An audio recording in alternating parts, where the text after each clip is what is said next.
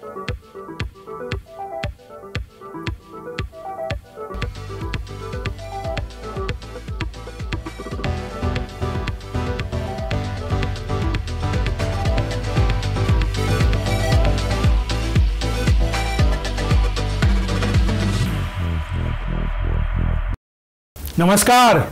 Black and white में आपका स्वागत है। इस एपिसोड में हम बात करेंगे सुप्रीम कोर्ट की और सुप्रीम कोर्ट के सीनियर एडवोकेट प्रशांत भूषण की। सुप्रीम कोर्ट ने आज कहा कि प्रशांत भूषण के मामले को अब चीफ जस्टिस को भेजा जाएगा और वही तय करेंगे कि इसे लार्जर बेंच के पास भेजना है या इस पे आगे की कार्रवाई कैसे करनी है। इसके पहले सुप्रीम कोर्ट के जज माननीय अरुण मिश्रा ने प्रशांत भूषण को अदालत की अवमानना का दोषी ठहराया था। सुप्रीम कोर्ट ने इस पर जो पहले अपना फैसला दिया है उसका क्या होगा, क्या वो बदला जाएगा या वही रहेगा या इसमें कोई और नई बात जुड़ेगी। इन तमाम मुद्दों पर बात करने के लिए आज हमारे साथ हैं सुप्रीम कोर्ट के वरिष्ठ वकील एलबी राय। एलबी राय साहब, आपका स्वागत है ब्लैक एंड व्हाइट चैनल पे। आज हम बात करेंगे सुप्रीम कोर्ट ने जो कहा है, सुप्रीम कोर्ट के जस्टिस अरुण मिश्रा ने कहा है सुप्रीम कोर्ट के सीनियर वकील प्रशांत भूषण के बारे में।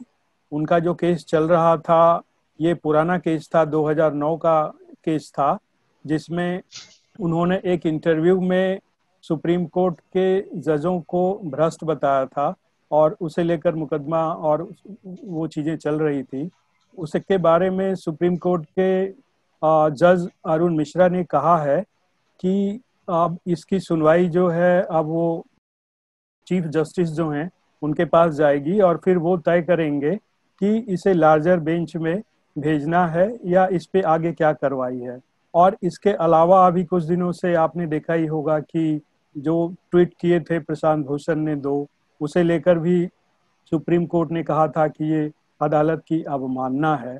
तो हम आपसे ये जानना चाहेंगे कि एक इस देश का आम नागरिक जो इन चीज़ों को देख रहा है, सुन रहा है और अदालत की भी बात सुन रहा है, प्रशांत भूषण की भी बात सुन रहा है, तो आज जो सुप्रीम कोर्ट ने कहा है कि अब इस पर इस मामले की सुनवाई का जो मुद्दा है वो चीफ जस्टिस के पास जाएगा और फिर लार्जर बेंच के पास हो सकता है जाए। तो अब सुप्रीम कोर्ट ने तो ये फैसला दे दिया था, उन्हें अवमानना का दोषी माना था, तो अब क्या होगा? आम जनता इस चीज को कैसे ले, वो क्या समझे कि क्या फैसला बदल भी सकता है? अब सुप्रीम कोर्ट अपना का जो बेंच है वो इस पर कोई और राय रख सकती है, फैसला पलट सकती है। क्या है इसके मायने?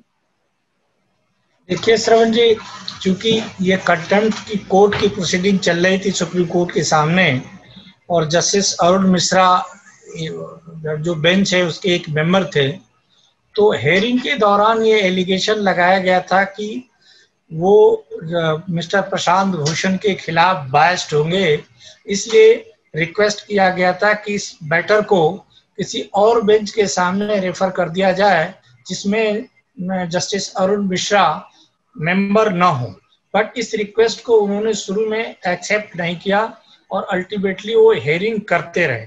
हेयरिंग करने के बाद जब इस केस की वर्डिक्ट जजमेंट जब सुनाई गई, उस जजमेंट में प्रशांत भूषण को कंटेम्प्ट ऑफ कोर्ट का गिल्टी हेल्ड किया गया।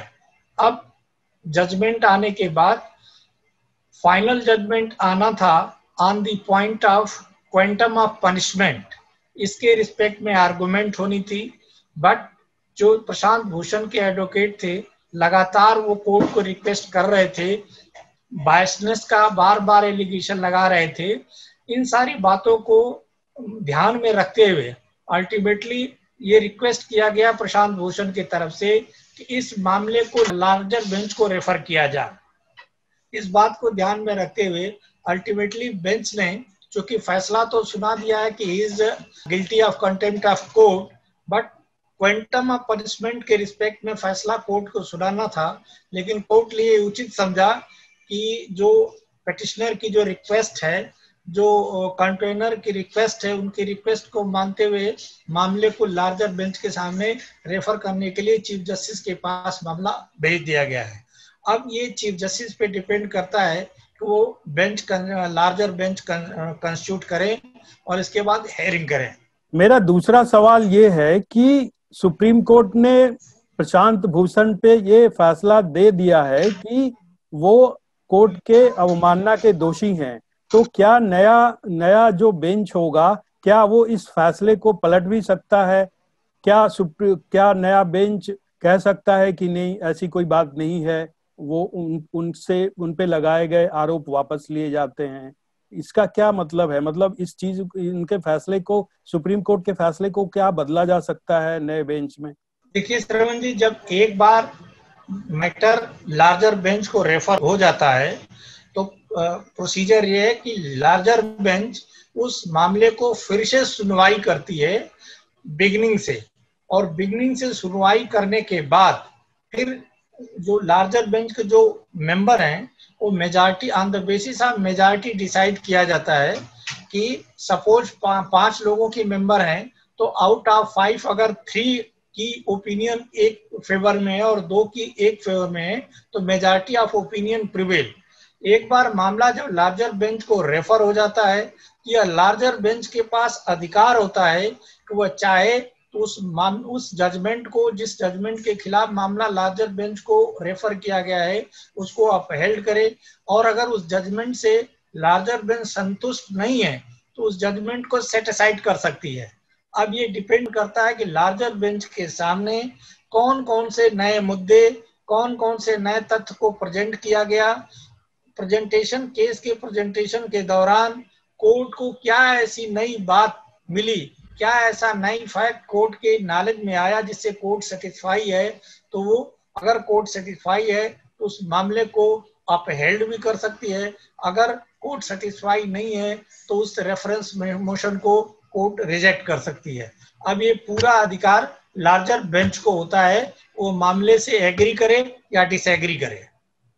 अच्छा, इसमें एक सवाल ये भी बनता है कि बहुत सारे लोग ये सवाल भी उठा रहे हैं कि प्रशांत भूषण और जो सुप्रीम कोर्ट के जज हैं अरुण मिश्रा, उन्हें आपस में कोई मतभेद है, या कह सकते हैं कि वकील और जज के बीच जो कहा जाता है कि कहीं ना कहीं कोई पॉइंट होता है जिसपे वो कई बार एक दूसरे को पसंद नहीं करते या मतभेद होते हैं। तो आपको क्या लगता है कि इस मतभेद का इस फैसले पे कोई असर है, या इस पूरे प्रकरण पे इसका कोई असर पड़ा है? देखिए श्रवण जी, प्रायः ये होता है, सपोज एक एडवोकेट कोर्ट अपने केस को कोर्ट में प्रेजेंट कर रहा है, एक जज उसको सुन रहा है, हेयरिंग के दौरान कुछ मूवमेंट ऐसे आ जाते हैं जो अनप्लीजेंट मूवमेंट होते हैं, जिसकी वजह से यह संभव है कि जो जज है वो कभी कभी दे फील बैड, जिसकी वजह से वो थोड़ा सा बायस्ड हो जाते हैं। दैट इज वाई ये कंटेम्प्ट ऑफ प्रोसीजर, अगर जज को बातें अच्छी नहीं लगती है तो थोड़ा सा जज का दिमाग बायस हो जाता है। जहां तक प्रशांत भूषण का सवाल है, उनके बिहाफ से यह सबमिशन किया गया, उनको बायसनेस का अप्रीहेंशन था कि जस्टिस अरुण मिश्रा उनके खिलाफ बायस होंगे और उनके खिलाफ जजमेंट दे सकते हैं। इसीलिए बार बार प्रशांत भूषण जी के बिहाफ से रिक्वेस्ट किया जा रहा था कोर्ट को कि समहाउ जस्टिस अरुण मिश्रा उस बेंच से अपने को डिसएसोसिएट करें और उनकी जगह पे कोई और बेंच इस मामले की सुनवाई करे। लेकिन अल्टीमेटली जस्टिस अरुण मिश्रा प्रशांत भूषण के एडवोकेट के इस दलील से, इस सबमिशन से सेटिस्फाइड नहीं थे। उन्होंने उनकी बात को नहीं माना, उन्होंने स्वयं बेंच को अध्यक्षता करते हुए सुनवाई की और अल्टीमेटली उन्होंने फैसला दिया जिसमें प्रशांत भूषण को कंटेम्प्ट ऑफ कोर्ट का दोषी ठहराया गया है। अब अल्टीमेटली लास्ट में जो रिक्वेस्ट की गई कि इस मामले को लार्जर बेंच को रिक्वेस्ट किया जाए, उस रिक्वेस्ट को जस्टिस अरुण मिश्रा और उनके जो एसोसिएट जजेज हैं उन्होंने एक्सेप्ट किया और एक्सेप्ट करके लार्जर बेंच को रेफर कर दिया। अब चूंकि मामला लार्जर बेंच को रेफर हो गया है तो यह इस केस की पूरी सुनवाई लार्जर बेंच के सामने फिर से स्टार्ट होगी। लार्जर बेंच सारे तथ्यों को सुनते हुए प्रशांत भूषण की वकील की सारी दलीलों को, सारे सबमिशन को फिर से सुनेंगे, कंसीडर करेंगे और फिर वो आदेश पारित करेंगे कि ये नीचे का जो फैसला है, स्मॉल बेंच की जो फैसला है, वो फैसला ठीक है या नहीं ठीक है। अगर स्मॉलर बेंच की डिसीजन को बिग बेंच ने अप्रूव किया, then same sentence will survive. अगर लार्जर बेंच उससे सेटिस्फाइड नहीं है तो उस फैसले को सेट असाइड कर देगी। जी जी जी। इसमें एक जो मूल जो सवाल है, जो बड़ा सवाल है, जो जनता के अनुसार ये चीजें हैं कि जो सुप्रीम कोर्ट ने कहा है कि प्रशांत भूषण के जो ट्वीट थे वो अब अदालत की अवमानना थे, मतलब जो भी उन्होंने ट्वीट किया उससे अदालत की अवमानना हुई है। तो एक जनता में इन चीजों को कैसे लिया जाना चाहिए?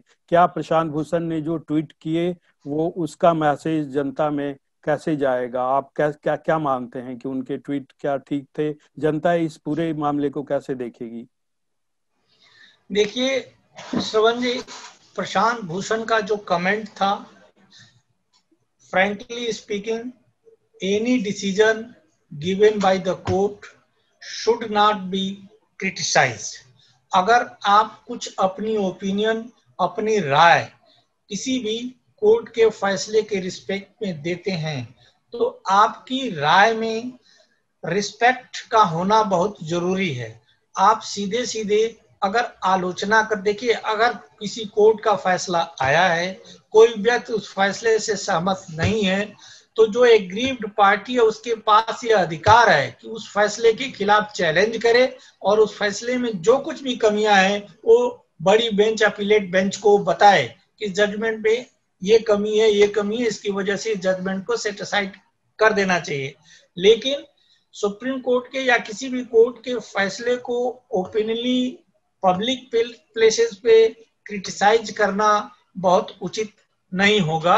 एक आम आदमी को इन सारी चीजों से बचना चाहिए, क्योंकि कोर्ट का जो हमारा जुडिशियल सिस्टम है, जो जुडिशियल इंस्टीट्यूशन है, is a respectable thing. We are suppose to respect that institution. जहां तक पब्लिक का सवाल है इस मामले से, देखिए each and everybody is suppose to respect the judicial system, क्योंकि अगर इस तरह से पब्लिक में क्रिटिसाइज होगा तो ये चीजें, this does not give a good message to the society. ये इंस्टीट्यूशन को खराब करेगा, इससे इंस्टीट्यूशन की रेपुटेशन खराब होती है। And so far as judicial institution is concern, each and every citizen of the country is supposed to respect the judicial system, is supposed to respect the judiciary। अगर हम उसको रिस्पेक्ट नहीं करेंगे तो यह एक तरह से यह इंस्टीट्यूशन के खिलाफ बात होगी और this will not give good message in general public. जी, लेकिन जो प्रशांत भूषण शुरू से ये लगातार कहते आ रहे हैं कि उन्होंने जो मुद्दे उठाए हैं वो लार्जर लोगों के लार्जर इंटरेस्ट में है, मतलब ये जनता की आवाज है। और उन्होंने जो 142 पेजों का जो एफिडेविट किया है, हलफनामा दिया है, उसमें भी उन्होंने बहुत सारी चीजें कही हैं। उन्होंने ये भी कहा है कि भ्रष्टाचार का मतलब सिर्फ फाइनेंशियल कोई एस्पेक्ट वाला भ्रष्टाचार नहीं होता है, बल्कि जजों के व्यवहार और तमाम तरह की चीजें होती हैं, उसे भी हम भ्रष्टाचार कह सकते हैं।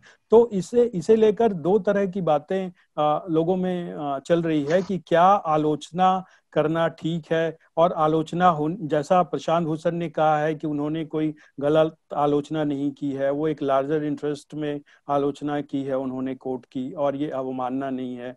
तो और जब सुप्रीम कोर्ट ने कहा है कि नहीं, अवमानना और अभिव्यक्ति की स्वतंत्रता के बीच जो है वो फर्क बहुत ही महीन है, बहुत ही बारीक है। कब आप आलोचना से अवमानना में चले जाएंगे, इसका कोई पैमाना नहीं है।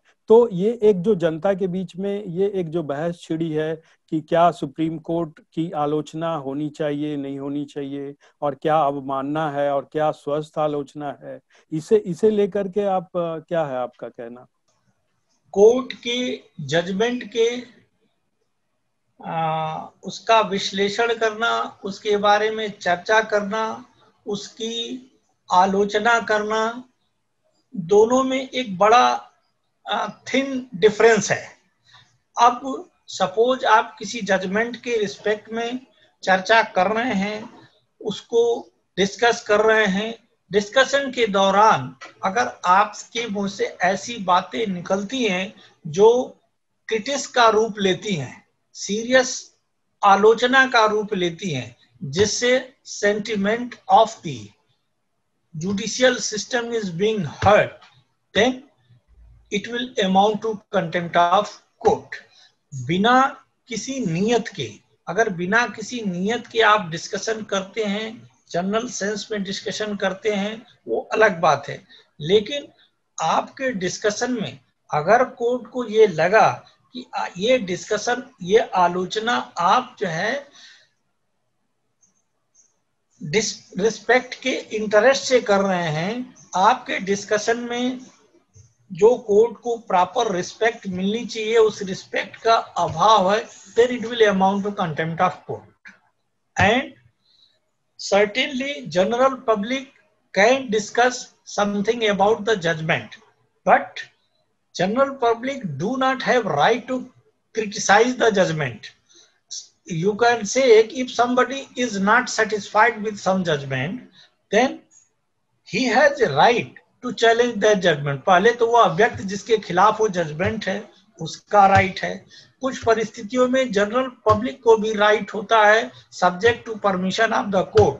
अगर कोई व्यक्ति है, कोई जजमेंट आया है, उस व्यक्ति का कोई कंसर्न नहीं है, वह व्यक्ति भी अगर उसको चैलेंज करना चाहता है तो he can seek permission from the court and he can challenge कि ये जो फैसला आया है फैसला ठीक नहीं है, ये फैसला ऐसे होना चाहिए, ऐसा ना। He can satisfy to the court. अगर कोर्ट सेटिस्फाइड होती है तो वो उसके हिसाब से फैसला देगी। लेकिन आलोचना करते वक्त आपको बहुत ही सतर्क रहना चाहिए कि आपके आलोचना से जो जुडिशियल सिस्टम है, जो इंस्टीट्यूशन है, उसकी रेपुटेशन को कोई आघात न हो, उसकी रेपुटेशन डैमेज न हो। जैसे ही आपकी आलोचना से इंस्टीट्यूशन की रेपुटेशन को अगर किसी तरह का डैमेज होता है, then certainly it will amount to contempt of court. हाँ, लेकिन इसमें एक प्रशांत भूषण की तरफ से और उनके समर्थन में जो लोग भी आगे आए हैं, वकीलों का एक बड़ा समूह भी उनके समर्थन में आगे आया है। इसके अलावा पूर्व जज, वकील, नौकरशाह और तमाम प्रतिष्ठित लोग उनके समर्थन में आगे आए हैं और वो इस चीज पर जोर दे रहे हैं कि नहीं, आलोचना होनी चाहिए और जो प्रशांत भूषण कह रहे हैं वो ठीक है। तो इस पर आपका क्या जवाब है? देखिए, जहां तक ये मुद्दा मैंने बताया आपको, आलोचना ठीक है, होनी चाहिए, बट उस आलोचना का एक प्रारूप होना चाहिए, एक डिग्निफाइड वे में होना चाहिए। बहुत ही ज्यादा वेग रूप में कोर्ट के फैसले की आलोचना करना यह किसी के भी हित में नहीं होगा, इंस्टीट्यूशन के हित में नहीं होगा और जनरल पब्लिक के हित में नहीं होगा। अदरवाइज अगर ये आलोचना अलाउ की जाएगी तो इसका रिजल्ट ठीक नहीं होगा। कल को कोई भी कोर्ट का फैसला आएगा, देन पब्लिक विल नॉट, अगर ये इसको अलाउ किया जाएगा, then nobody will respect that judgment. If nobody will respect the judgment pass by the judiciary, इसके कॉन्सिक्वेंसेस गलत होंगे। इसलिए we should refrain ourselves from unnecessary criticising the judgment pass by the जजेस। Yes, there is a system, there is a way of criticizing the judgment. You can criticize in that manner. If you are aggrieved, judgment से अगर आप aggrieved हैं, you can file an appeal, you can challenge that appeal, challenge that judgment, and you can get set aside that judgment. लेकिन general public में उसकी आलोचना करना यह ठीक नहीं होगा इंस्टीट्यूशन की रेपुटेशन के रिस्पेक्ट में, और जनरल पब्लिक को इससे बचना चाहिए, क्योंकि हमको इंस्टीट्यूशन को रिस्पेक्ट करना है। यह एक बहुत इंपॉर्टेंट इंस्टीट्यूशन है जो आजकल आप देख रहे होंगे कि हर एक मामले में जुडिशरी को अल्टीमेटली परिस्थितियां आती हैं जिसमें इंटरफेयर करना पड़ता है, और प्रायः जुडिशरी के इंटरफेरेंस से अच्छे रिजल्ट आते हैं, समाज सुधारक रिजल्ट आते हैं, एडमिनिस्ट्रेटिव लेवल पे डायरेक्शन दिया जाता है, उससे एडमिनिस्ट्रेशन अपना काम करती है, उससे जनरल पब्लिक का फायदा होता है। तो इस तरह से जो अननेसेसरी आलोचना है। उस आलोचना से ना तो जनता को कोई फायदा होने वाला है, किसी को फायदा नहीं होने, unnecessary it will damage to the institution. जी, इसमें एक और सवाल है कि कंटेम्प्ट ऑफ कोर्ट एक्ट है, उस पर भी दोबारा विचार करने की जरूरत पर बल दिया जाने लगा है। देखिए, जहां तक इस बात की कंटेम्प्ट ऑफ कोर्ट तो बहुत जरूरी है, अदरवाइज जुडिशियल सिस्टम का कोई मतलब ही नहीं होगा। If suppose court is passing some judgment, then people are bound to obey the judgment. Agar if people will not obey that judgment, then there is no use of this institution, then nobody will obey the order passed by the court. इसलिए ये provision तो होना चाहिए, और मेरे personal opinion में तो इसके जो कॉन्सिक्वेंसेज है, पेनल कॉन्सिक्वेंसेज है, और सीरियस होने चाहिए जितना कि आज है। हाँ, आप अमेंडमेंट की बात कर सकते हैं, आप उसको उसमें अमेंडमेंट करने की बात कर सकते हैं, प्रोविजन के रिस्पेक्ट में अमेंडमेंट कर सकते हैं, उसकी जो पेनाल्टी है उसमें अमेंडमेंट कर सकते हैं। अब जो पेनाल्टी है उस पेनाल्टी को आप ये लॉ कमीशन है, लॉ कमीशन एक्ट बनाती है, तो जो कुछ भी कंटेम्प्ट ऑफ कोर्ट के प्रोविजन है उन प्रोविजन को लॉ कमीशन कंसीडर करे, और कंसीडर कर सकती है कि जो उसमें पेनाल्टी है उस पेनाल्टी को और बढ़ाया जाए, जो उसमें पनिशमेंट है उस पनिशमेंट को बढ़ाया जाए, घटाया जाए। ये तो लॉ कमीशन के विवेक पे निर्धारित करता है, और फिर वो पार्लियामेंट पे, क्योंकि वहां से एक्ट बन, जो कुछ भी अमेंडमेंट होता है, that amendment is to be laid before the parliament and it is to be approved by the parliament, तो फिर जाके बात बनेगी जो है। अच्छा, इस बात को हम अब यहीं खत्म करते हैं। आप हमारे साथ चर्चा में जुड़े, आपका बहुत बहुत धन्यवाद। धन्यवाद। ब्लैक एंड व्हाइट के इस एपिसोड में आज इतना ही। अगले एपिसोड में हम आपके सामने फिर हाजिर होंगे। तब तक के लिए हमें दीजिए इजाजत। नमस्कार।